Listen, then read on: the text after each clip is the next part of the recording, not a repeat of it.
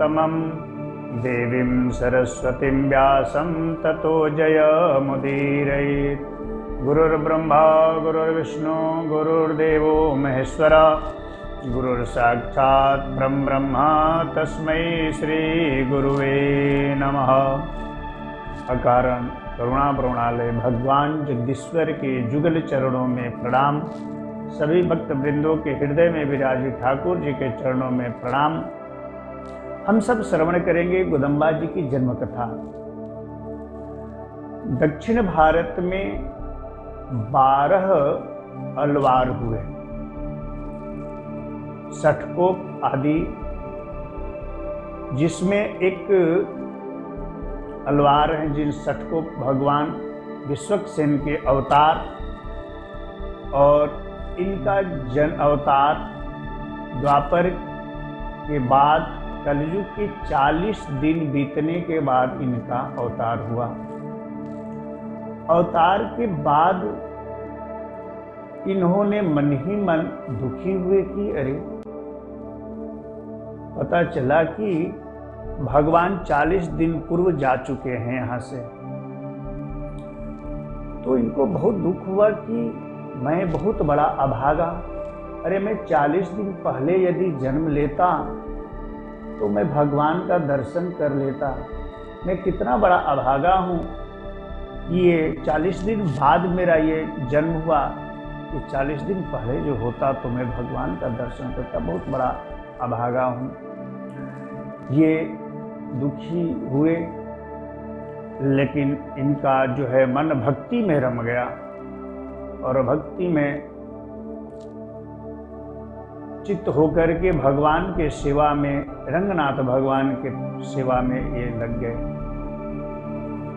आगे चल कर के इनका नियम रहा, प्रतिदिन नंदन वन से तरह तरह के पुष्पों को लाते हैं और सुंदर सुंदर मालाएं तैयार करके और प्रभु को जा करके अर्पित करते हैं, पहनाते हैं। रंगनाथ भगवान की सेवा में लगे रहते हैं।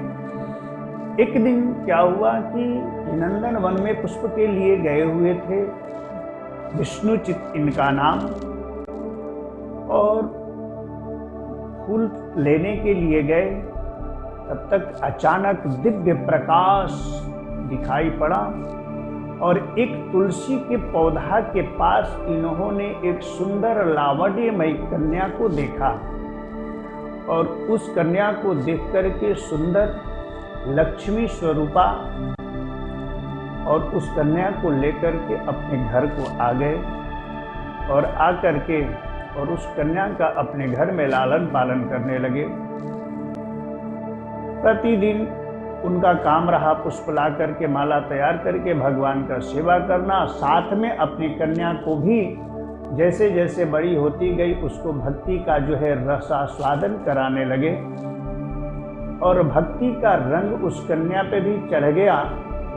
और जिस भगवान के लिए पुष्प ला करके माला पहनाते थे, वो भक्ति में इतनी उनकी एक कन्या जो है लावण्य में जो सुंदर लेकर के आए थे तुलसी पौधा के पास से नंदन वन से, वो कोई साधारण कन्या नहीं, साक्षात माता लक्ष्मी के अवतार, जिनका नाम गोदाम्बा है। गोदाम्बा इनका नाम इसलिए पड़ा कि जो ये विष्णुचित जी पौधा को गोदते थे, वहाँ पे पौधा के बाद सिंचन करते थे, पुष्पों को के पौधों को सिंचित करते थे।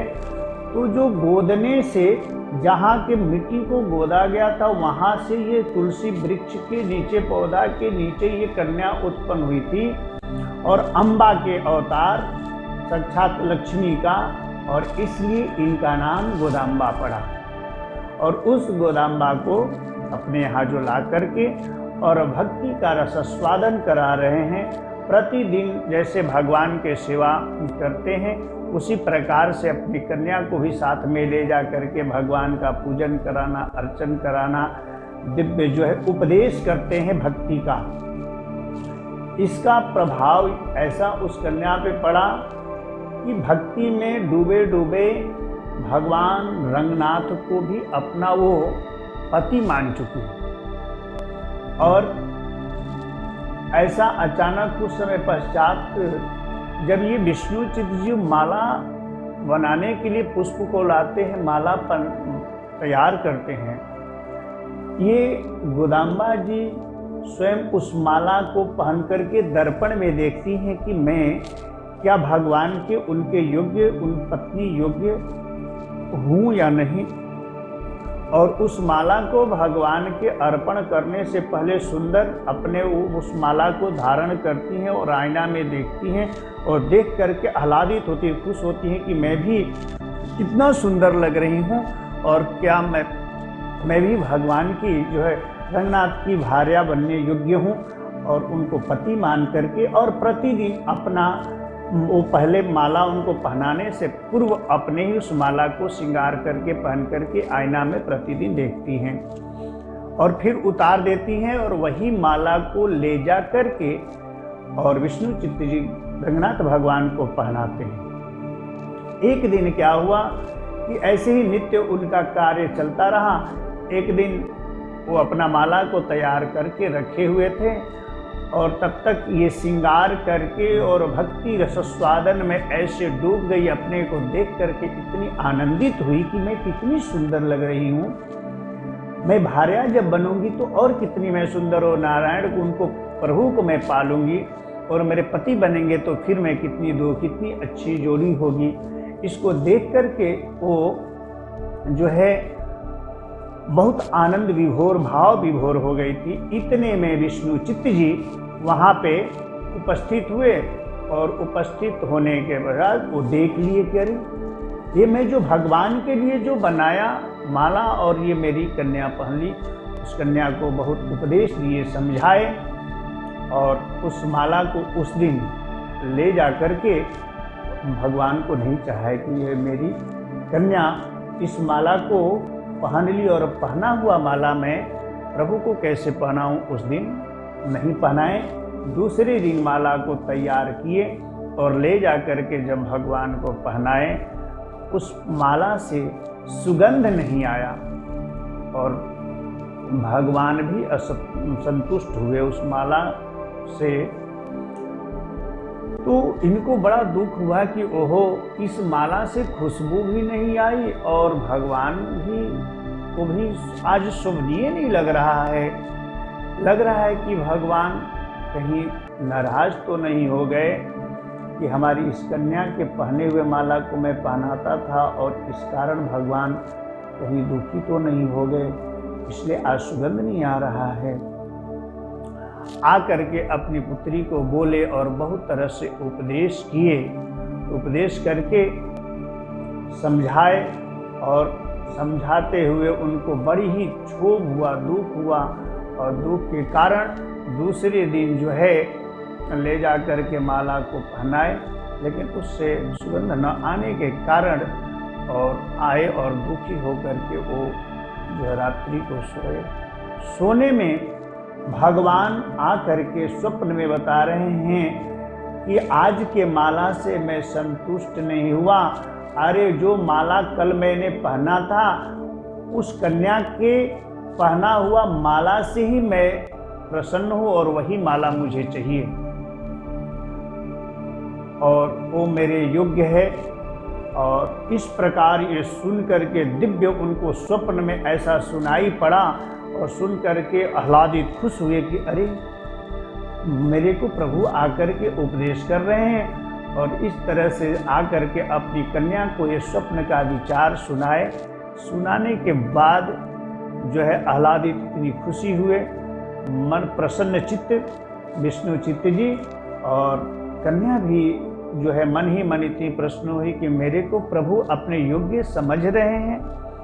और इस प्रकार नित्य जो है उनका चलता रहा और इस प्रकार जो है स्वप्न के फल को जानकर के विष्णु चित्त जी ने अपनी कन्या को लक्ष्मी स्वरूपा समझे और समझ करके इतना सुंदर उपदेश जो गोपियाँ जिस कात्यायनी मंत्र का सहारा लेकर के कात्यायनी देवी को पूजन करके कृष्ण को प्राप्त की, वही कात्यायनी मंत्र को अपनी कन्या जो है गोदाम्बा को उपदेश दिए, और जैसे गोपियाँ इस मंत्र के सहारे से भगवान को प्राप्त करके जो विरह में जो है इस मंत्र से प्राप्त करके और रास प्रकट की, रास में जैसे प्रभु ने आकर के आनंदित किया गोपियों को, उसी प्रकार इस कात्यायनी के